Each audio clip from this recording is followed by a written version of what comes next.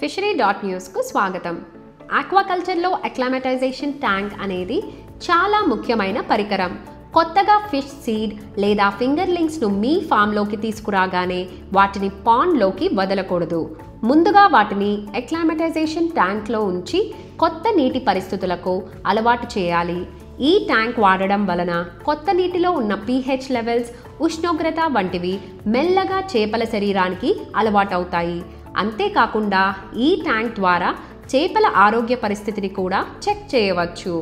Fungus, virus లాంటి సమస్యలు ఉన్నాయా లేదా అని ముందుగానే తెలుసుకొని ట్రీట్మెంట్ ఇవ్వచ్చు.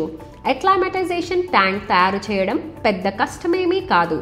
500 నుంచి 1000 లీటర్ల వరకు ఉండే ట్యాంక్ మీ ఫామ్కు సరిపోతుంది. మంచి ఫిల్టరేషన్ సిస్టమ్, హీటింగ్ లేదా కూలింగ్ యూనిట్ బేసిక్గా ఉంటే చాలు. ఖర్చు విషయానికి వస్తే సగటున ఓ చిన్న ట్యాంక్ తయారు చేయడానికి 10,000 నుంచి 15,000 రూపాయల వరకు ఖర్చు అవుతుంది. పెద్ద ట్యాంక్లో అయితే 50,000 రూపాయల వరకు అవ్వచ్చు.